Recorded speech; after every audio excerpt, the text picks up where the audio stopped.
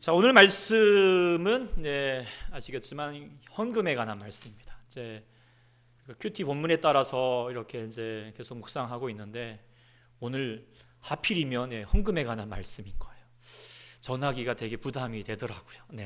어떻게 해야 되나 고심을 했는데 그래도 하나님이 주신 이 본문을 허락하신 이유가 있겠다 싶고 준비했는데 정말 준비하면서 이 헌금이 정말 우리에게 귀중한 하나님의 은혜의 말씀이구나 라는 것을 깨닫게 되어서 여러분들에게 전하게 되고요.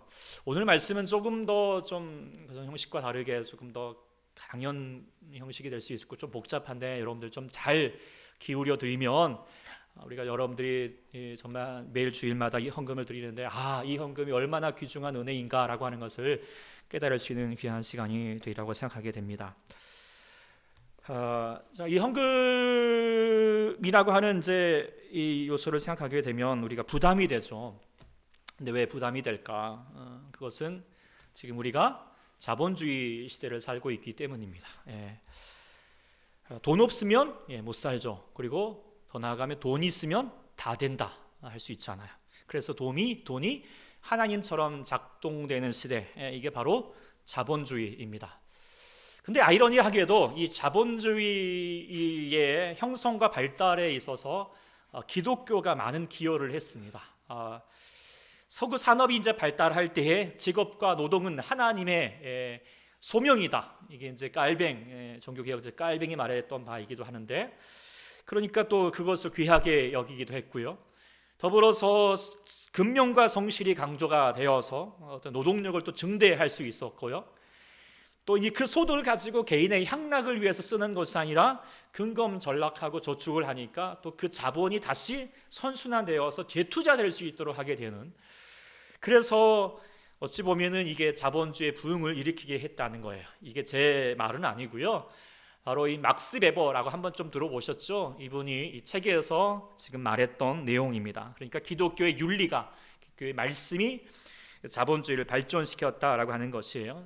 실제로 그럴 수밖에 없는 것이 옛날 이제 봉건 사회가 무너지면서 그동안 사람들은 농노에서 노예처럼 살았거든요. 근데 그 사람들의 습관이 하루아침에 변하지 않습니다. 노예들은요, 일 시키면은요, 어떻게든지 적게 일하고 많이 받으려고 하게 되거든요.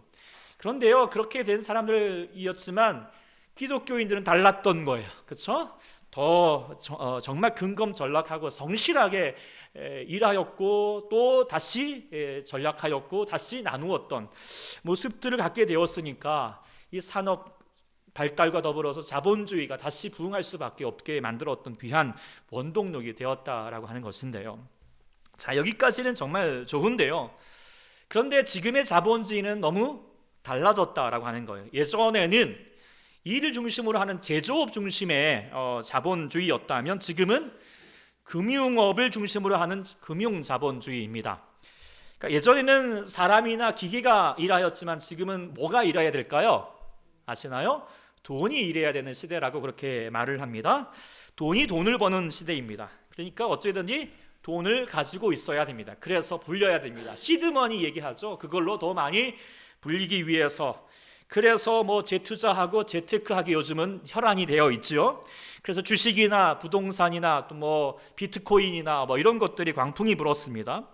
근데 그래서 열심히 투자를 하는데요, 사람들 마음이 이제 욕심이 생기죠. 투자를 넘어서서 투기가 되고요, 투기를 넘어서서 이제 도박이 되어 버렸습니다. 그래서 많은 사람들, 특별히 젊음의 사람들이 이게 잘못되어 가지고 혹상망해서 자살까지 생각하는 많은 사람들이 있다라고 하는 거 여러분들 뉴스를 통하여서 심심치 않게 듣게 되었을 것입니다. 왜 저들이 그렇게 계속 투자를 하고 더 많이 이렇게 얻으려고 할까요? 그것은 자기 월급으로는 제대로 살 수 없다라고 하는 것 때문이죠. 그런데 여기서 제대로라고 하는 말에 대해서 또 함정이 있습니다. 주의해야 합니다. 제대로 산다라고 하는 말의 의미를 이 자본주의가 완전히 바꿔버린 거예요. 요즘에 청년들이 이제 결혼하기를 많이 힘들어합니다. 왜 그렇습니까? 사람이 없습니까? 사람이 없는 게 아니라 자기가 살 수 있는 아파트가 없다는 거예요. 그런데 정말 뭐 빌라나 온룸에 가면 못 삽니까? 거기 가면 두드러기 납니까? 그게 아니잖아요. 예전에는 사람들은 다 신혼처에 없으면 없는 대로 연약하게 부족한 대로 시작을 했는데 요즘은 아닌 거예요. 그래도 살려면 아파트 하나는 있어야죠. 그리고 차도 있어야죠. 그렇게 생각한다는 거예요.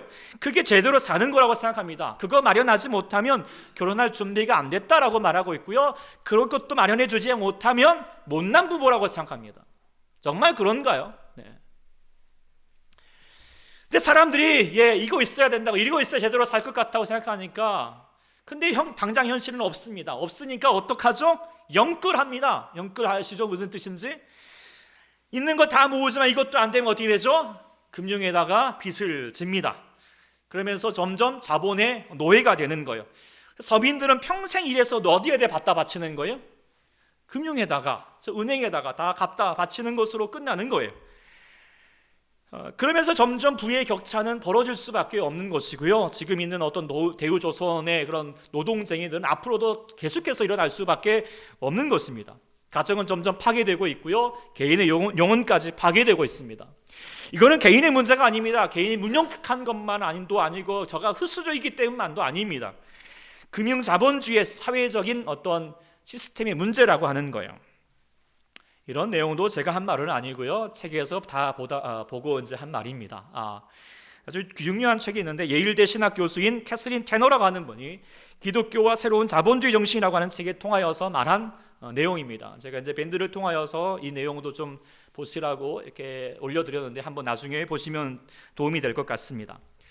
그러면서 이 테너 교수가 말하기를, 현대 자본주의 질서 안에서 안정과 안락과 성공을 추구하는 것은 얼마나 반복음적인 태도일 수 있는지 깨달아야 한다라고 그렇게 얘기하고 있습니다. 그러니까 많은 사람들이 지금 하나님의 통치를 거스리고 있습니다. 하나님 나라를 구하지 않습니다. 그리고 금융에게 철저히 지배받고 있으면서 억눌린 삶을 살고 있어요.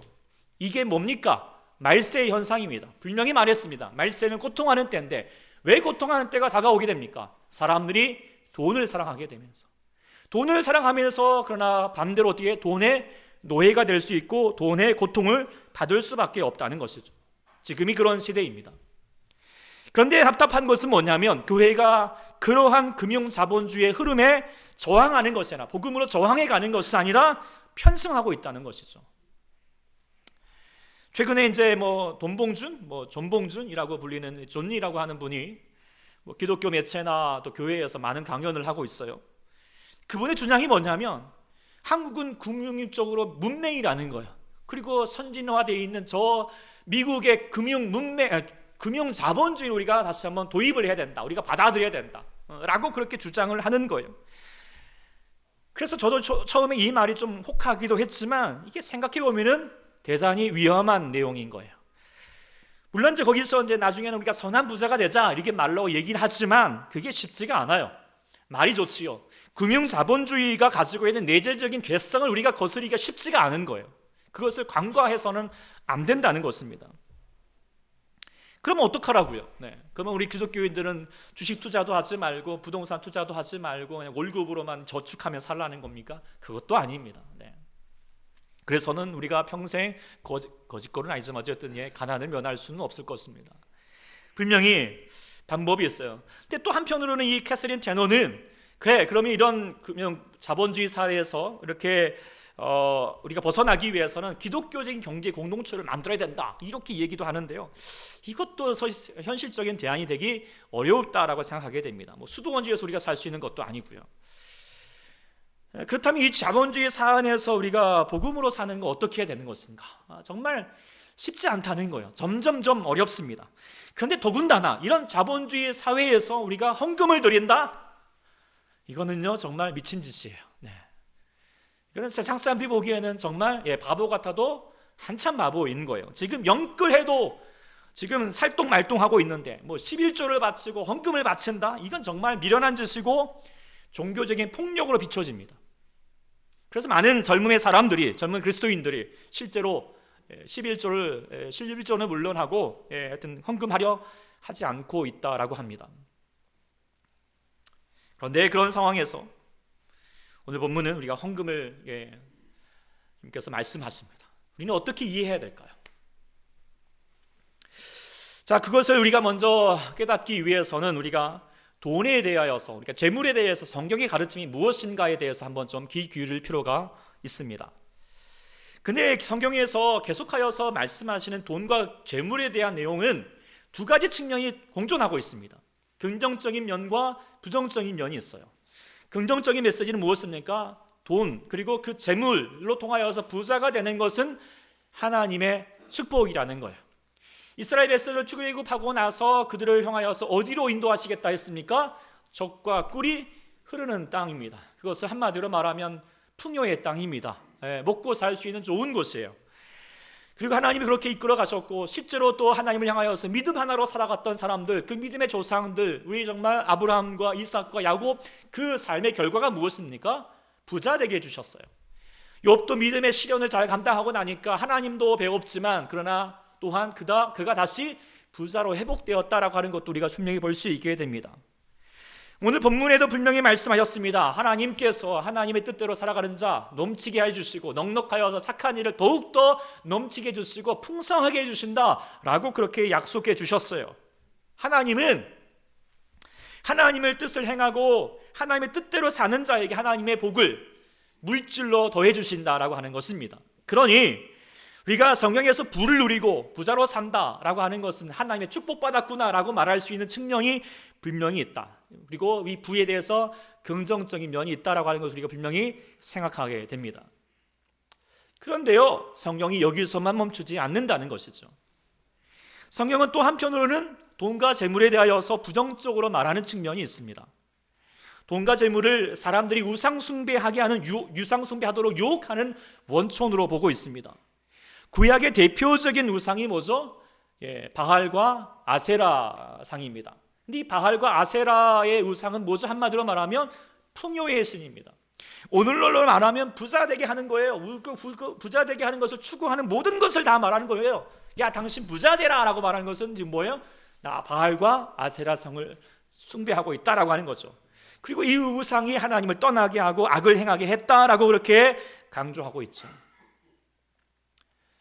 신약 성경은 더욱더 직접적으로 경계합니다.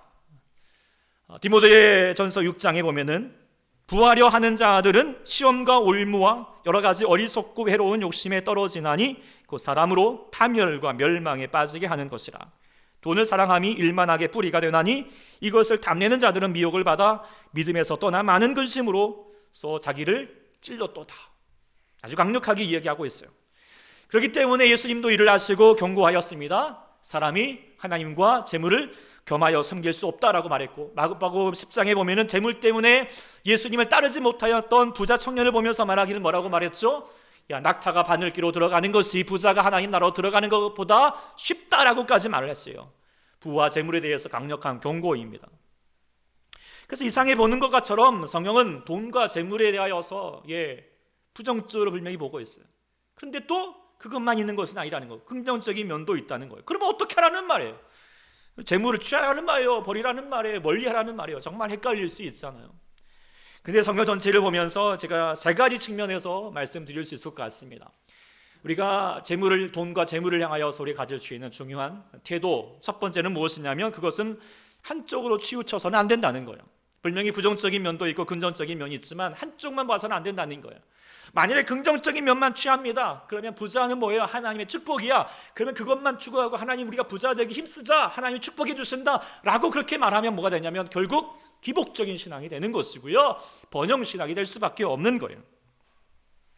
우리야 이렇게 믿고 싶겠지만 성경은 이렇게만 말하지 않습니다. 그렇게 믿고 싶다면 성경에서 부정적으로 말하는 거 다 제거하고 아유 난 몰라 하고 그냥 들어야겠죠. 근데 그렇지 않습니다. 그렇다고 해서 또한 성경을 맨날 재물에 대해서 부정적인 면만 생각하면서 돈에 대해서 죄악시 여기고 우상 취급하고 있다면 나중에는 지나친 금욕주의가 될 수밖에 없습니다. 이것도 하나님이 뜻하시는 바가 아닙니다. 일례로 어떤 사람들은 목회자는 그래도 적어도 하여튼 가난하고 무소유가 되어야 되지, 이게 이분이 영성이 있는 거지, 이렇게 얘기하는 것도 물론 일미는 있겠지만은 바람직하지는 않을 수 있는 거죠. 균형 잡힌 시각이 필요하다. 한쪽에만 치우쳐서는 안 된다라고 하는 것을 먼저 말씀을 드리고요. 두 번째로 돈에 가져야 될 태도는 뭐냐면 돈과 재물은 흘러야 된다는 거예요. 흐르게 하라는 거예요. 한마디로 말하면 돈을 물로 와야 됩니다. 물처럼 여기 물처럼 여겨야 된다는 것입니다. 그런데요, 사람들은 돈을 어떻게 취급하죠? 고치 취급합니다. 예. 그래서요, 그것을 어떻게 쌓아두려고 합니다. 가둬두려고 하죠. 그러나 성경에서 말하는 돈의 모습을 잘 보면은 꼭 물과 같습니다. 물은 어떻게 되죠? 제가 흔들어 보니까 이게 흘렀는데요. 이게 어떻게 되죠? 흘러가게 하는 것입니다. 예. 가두어 두려고 하면은 썩습니다. 예. 흘려보내야 합니다. 그래야 사는 거예요. 그런데 어떻게 흐르죠? 높은 곳에서 낮은 곳으로 흘러간다는 거예요. 이런 돈의 흐름을 잘 우리가 묵상하게 해주는 말씀이 지난 주간에 우리 큐티 본문 중에 하나 있었어요. 예, 고린도후서 8장 14절 말씀이죠. 우리 같이 한번 읽어볼까요? 시작.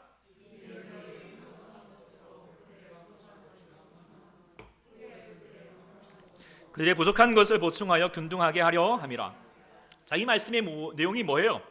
재물에 대해서 하나님의 은혜로 말미암아 넉넉하게 허락하신 거였어요. 그것만 갖고 있지 말고 뭐예요? 부족한 사람에게 보충해 가라는 거예요. 그리고 보충해 가다 보면 어떻게 되죠? 균등하게 되어 간다는 거예요. 마치 물이 그렇잖아요. 물은 높은 곳에서 낮은 곳으로 흘러가서 나중에 어떻게 된 거죠? 수평을 이루게 하는 거, 평균을 이루게 하는 거. 이것이 하나님께서 우리에게 재물을 주신 하나님의 뜻이다라고 하는 거예요. 그래서 아담과 하와에게 주님께서 그를 창조하시고 하셨던 말씀이 복을 주셨지만 그걸 끝나지 않고 생육하고 번성하여 다스리라 마음대로 하라는 게 아니 뭐예요? 복을 흘려 보내라는 거예요. 그런데 또 은혜가 뭐냐면 그렇게 흘려 보내는 자에게 더 주시겠다고 말씀하셨어요. 흘려 보내야지 채워주시겠다는 거예요. 주라, 그러면 너에게 줄 것이 어떻게까지 흔들어 후이되어 누르고 흔들어 넘치도록 너희에게 안겨주겠다는 거예요. 왜요? 흘려 보내니까요. 주는 거예요. 그래서 뭐라고 말하면 주는 자가 받는 자보다 복이 있다. 이게 그냥 세상의 어떤 돈의 개념을 가지고 고체의 개념으로 보고는 이게 해석이 안 돼요. 그러나 물의 개념으로 보면 이게 해석이 돼요. 줘야지 받는 것보다 더 훨씬 복이 되는 거예요. 신나는 거예요. 감사한 거예요. 행복한 거죠.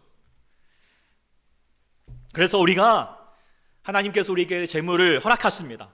그럴 때 허락하시죠?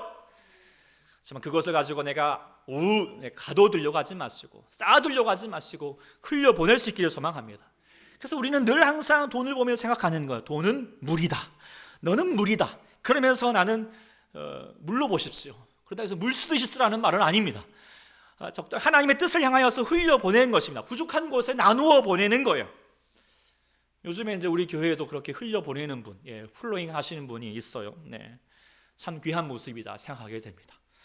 근데 받으셔가지고 그냥 또 그래 받았다 끝내지 마시고 또 여러분들이 가지고 있는 것이 있다면 또 흘려보낼 수 있는 자가 될 수 있기를 소망합니다. 그런 교회가 초대교회입니다. 우리 초대교회만 말하는 것이 아니라 사도행전에 보면은 믿는 사람이 다 함께해서 모든 물건을 서로 통용하고요.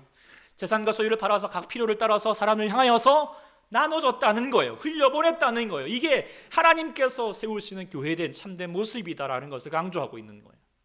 우리 모두도 흘려보낼 수 있는 자가 될 수 있기를 소망합니다. 그럼 여러분의 삶에 풍성함이 일어나게 될 것입니다. 세 번째로 우리가 돈에 대해서 가져야 할 태도가 뭐냐면 이게 중요한데요. 돈은 도구적 가치라고 하는 사실을 우리가 명심해야 된다는 거예요.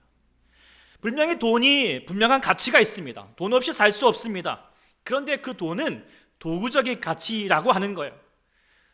보다 더 궁극적인 가치 있는 것이 있다는 거예요. 그것이 무엇일까요?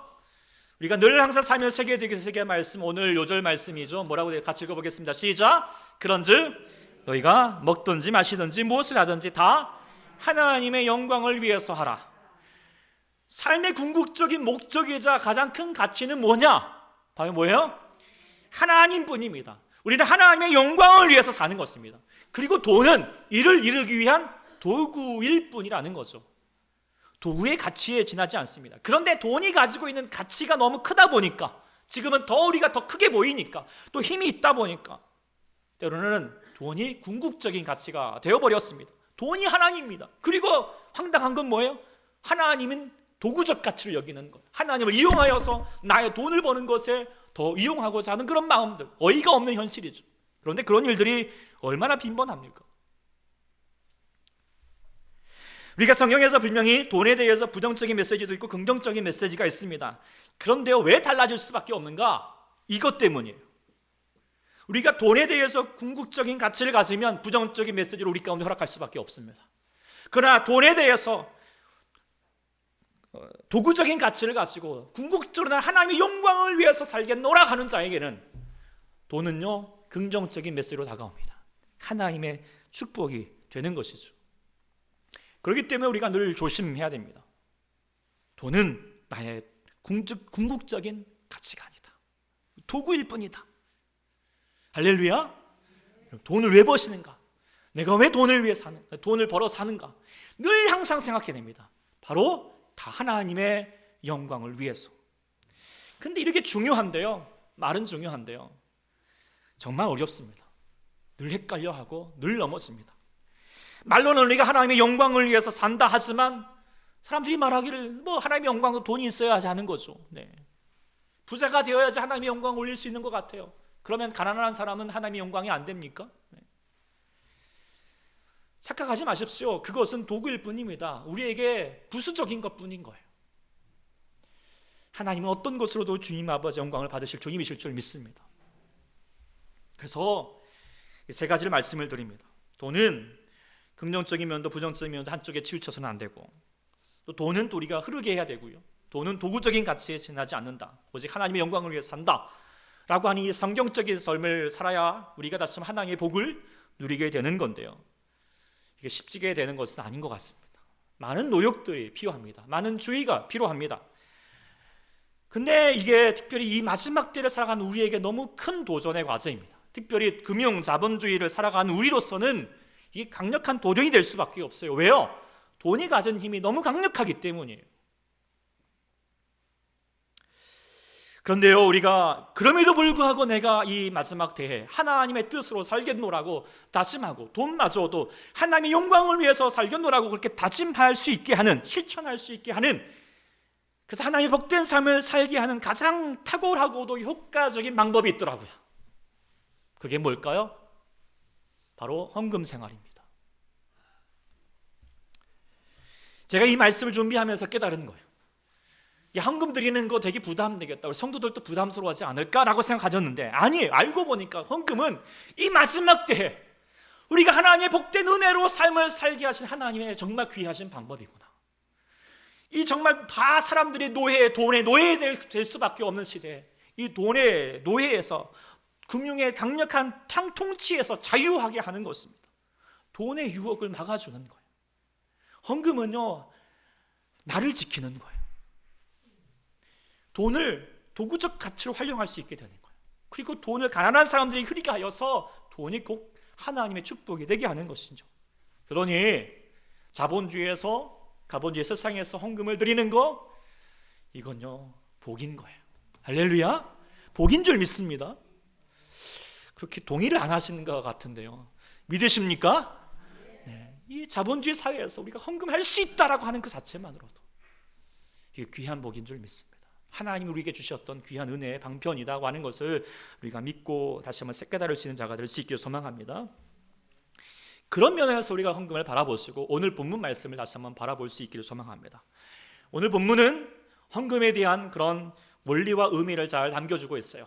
본문에서는 연보라고 그렇게 되어 있는데, 연보는 뭐냐면 가난한 이웃을 향하여서 자신의 재물을 헌금하는 거, 내어주는 것을 말하는 것이죠.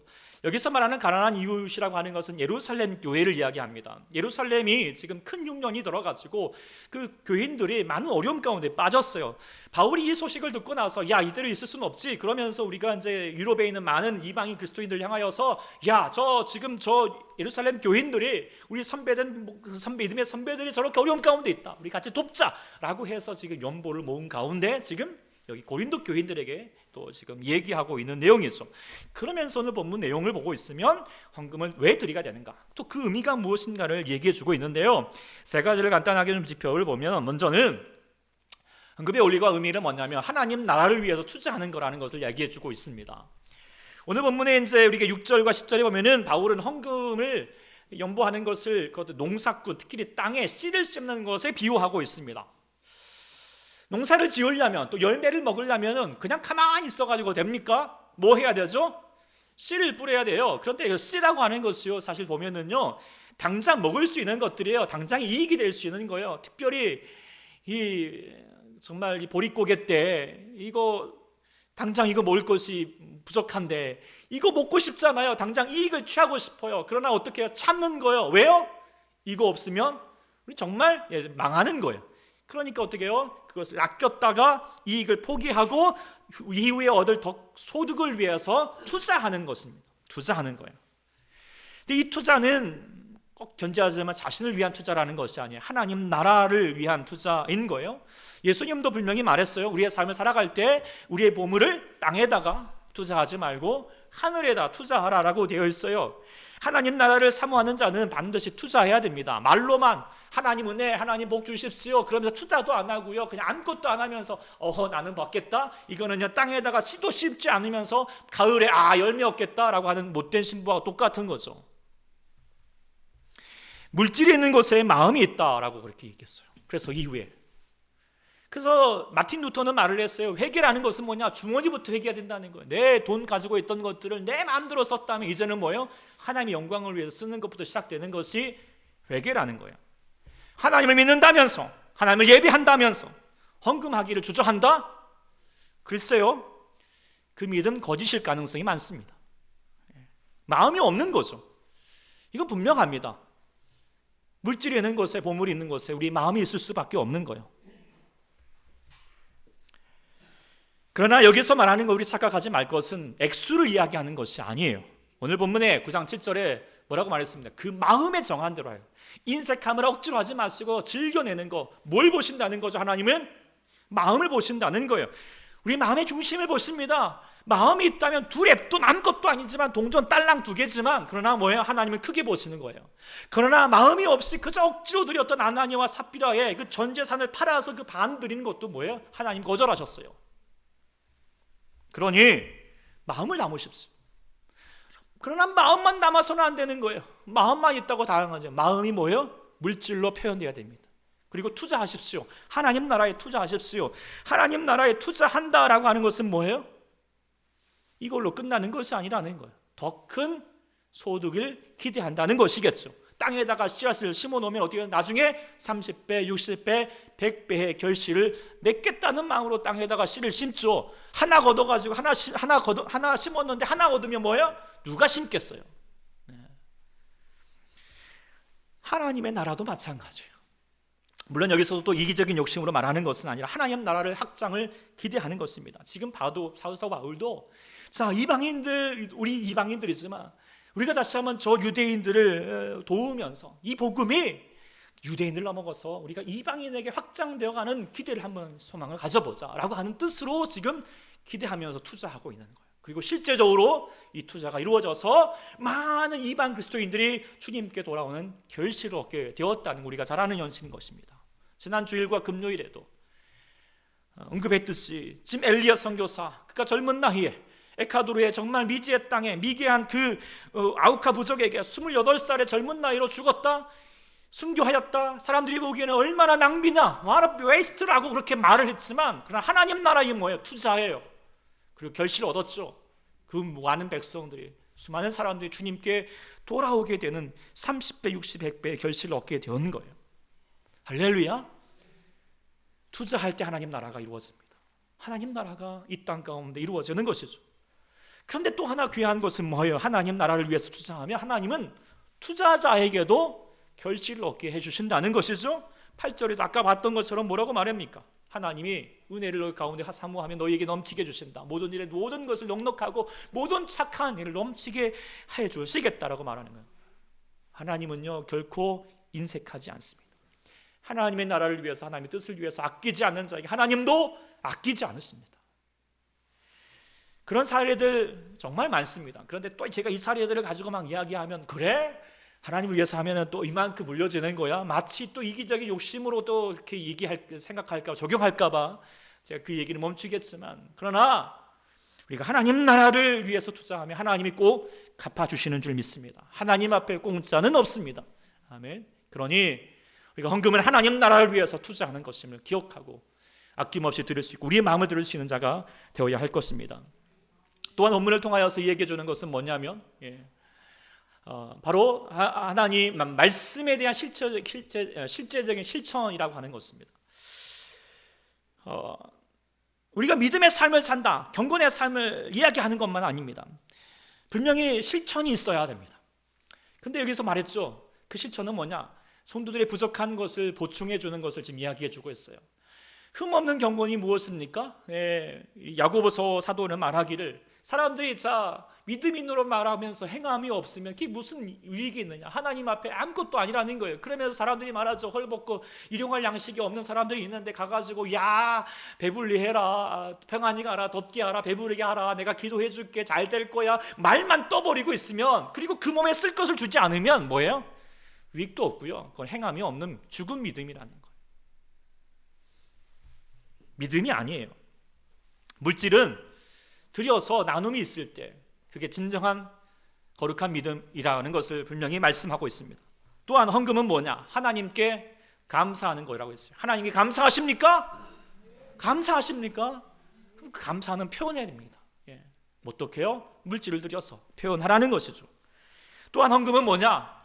바로 하나님의 복음을 진실로 믿고 복종하는 것이다 라고 말하고 있어요. 믿고 복종하는 거, 실천하는 거, 이게 증거가 되는 것이 내가 하나님 아버지 앞에 내 물질을 드리는 거예요. 누가복음 10장에 보면 어떤 율법 교사가 나 하나님 앞에 내가 정말 율법을 다 지켰다라고 자랑을 했어요. 그랬더니 예수님께서 그때 하셨던 말씀이 뭐예요? 선한 사마리아 비유예요. 야, 아무리 말씀 잘 지킨다고 말하면서도 저 지금 강도 만난 이웃을 향하여서 그냥 몬치도 안 하고 도망가 버리는 저 사람, 저게 무슨 믿음이냐? 진짜 믿음은 뭐예요? 강도 만난 이웃이 있다면 자기 돈을 들여서라도 그 사람을 향하여, 필요를 향하여 채워주는 거, 이게 진정한 믿음이고 말씀에 복종하는 거라고 말씀해 주시는 것이죠. 그러니 헌금은요, 하나님 보시기에 진짜 내 믿음이 무엇이냐, 그걸 실천해 볼 수 있고 보일 수 있는 것임을 우리가 분명하게 이야기해 주고 있습니다. 우리가 이 믿음 가질 수 있기를 소망합니다. 세 번째로 다시 말해주는 것, 본문을 통하여서 말씀해 주시는 것은 사랑의 교제를 이루는 도구가 되는 것이에요. 사도 바울이 지금 예루살렘 교인을 위하여서 어떤 고린도 교회의 후한 연보를 하는 것은 하나님께 영광이, 하나님께 너무 감사하는 것도 되지만, 그러나 14절에 보면은 그들이 바로 예루살렘 교인들이 너희들 고린도 교인들을 향하여서 이제 이렇게 받고 나면 뭐예요? 감사하기도 되고 할 수 있는 게 뭐예요? 이제 더 그들을 위해서 더 기도하게 될 것이고 또 어떻게 해요? 더 사모하게 된 거라는 거예요. 이게요, 당시에 엄청 중요한 거예요. 바울의 복음의 사역을 위해서 가장 큰 걸림돌이 뭐였냐면 그것은 유대인과 이방인 사이의 장벽인 거예요. 이게 허물기가 쉽지가 않아요. 그런데요, 서로 간에 이 장벽을, 이 마음의 장벽, 어떤 문화적인 장벽, 어떤 여러 가지 장벽들을, 갭을 이게 무너뜨리게 할 수 있었던 가장 귀한 운동력이 뭐냐? 바로 연보, 바로 물질이었다는 것을 얘기해 주고 있어요. 우리도 마찬가지잖아요. 어떤 사람하고 좀 어색해요? 좀 친해지려고 해요? 말만 해갖고 돼요? 아유, 선물 하나 줘보세요. 당장 풀어집니다. 그렇잖아요. 경험을 안 해보셨나요? 네, 늘 그렇잖아요. 예수님도요, 세리와 죄인들 같이 어울릴 수가 없어요. 그런데요, 먼저 뭐 하셨어요? 말씀만 전하시고 너 예수 잘 믿어 이렇게 말씀하지 않으셨어요. 뭐 하셨죠? 같이 밥 사주신 거예요. 식사 같이 하신 거예요. 그게 마음을 통하게 하는 거예요. 교제하게 하는 거죠. 우리가 하나님 안에서 성도의 교제가 너무 중요합니다. 지금 마지막 시대는 너무 더 중요해집니다. 우리 신앙 혼자 할 수 없어요. 그래서 예수님이 모이게 힘쓰라고 말씀하셨잖아요. 그런데 그냥 모여가지고 그냥 우리 예배한다고 해서 우리의 교제가 이루어지는 것은 아니에요. 어떻게 될까요? 물질이 투자돼야 됩니다. 서로 밥 사줘야 됩니다. 생일이면은요, 서로 막 이렇게 선물도 주고요. 그런 분이 있어요. 정말 우리 교인 가운데도 막 요즘은 카카오톡 해가지고 선물 샥 보내주시고 늘 그분이 넉넉해서 그런 게 아닌 거 제가 충분히 압니다. 그래도 불구하고요, 교제를 위해서 행하시더라고. 하나님의 은혜가 있을 줄 믿습니다. 여러분들도 꼭 행하셨으면 좋겠어요. 받지만 마시고 서로 막 생일일 때 막 그럴 때 뭐 좀 밥도 사줄게요. 같이 아니면 이렇게 같이 교제도 하시고 하나 사랑의 나눔이 있는 곳에 하나님이 우리 가운데 있는 줄 믿습니다. 하나님의 역사가 있는 줄 믿습니다. 그래서 이렇게 이 고린도 교회의 투자를 통하여서 같이 연합하여 하나님 나라를 이루었다는 것을 오늘 본문을 보여주고 있습니다. 시간이 많이 갔지만 하여튼 이 상에 보는 바와 같이 우리가 돌아보게 되면 헌금은요, 단순한 게 아닌 거예요. 이거 예배니까 의리에 드려야 될 것이 아니고 또한 세금도 아닌 거예요. 하나님께서 우리 하나님의 일에 동참할 수 있는 특권이 된다라고 하는 거예요. 그리고 그 자체가 복이라고 하는 거예요.